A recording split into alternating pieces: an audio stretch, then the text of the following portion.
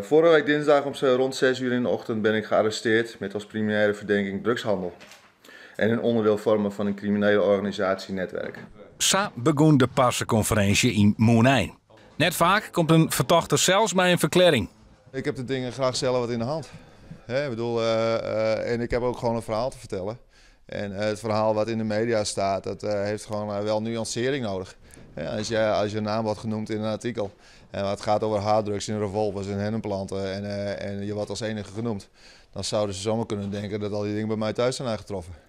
Dat is net zo. Nee, en dat is niet het geval. Hij kwam bij de politie in beeld, denkt er, vanwege zijn vriendskippen met gewoon orenvertochten en Hells Angels. Die connecties verbrutst er net doet er rietslid waard. Ik heb er wel over nagedacht van, goh, zouden mensen daar dan eens een keer wel wat van vinden of een ding van maken. Ja, daar ben je ook realistisch in, want het staat gewoon onder de aandacht. En ik heb een publieke functie, dus mensen mogen mij daar ook op aanspreken. Maar totaal geen reden om al te zeggen, we kunnen geen vrienden meer zijn. Dat jouw tochten, dat is een ding, dat is dus nou inderdaad het geval. Ja, dat klopt.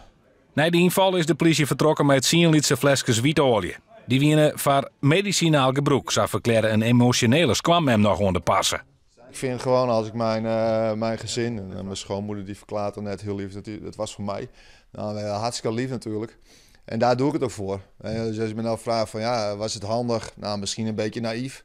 Maar had ik het anders gedaan? Nee. Want als je je vrouw en je schoonmoeder kan helpen om gewoon goed te slapen. En ik weet hoe slecht het is als je dat niet kan.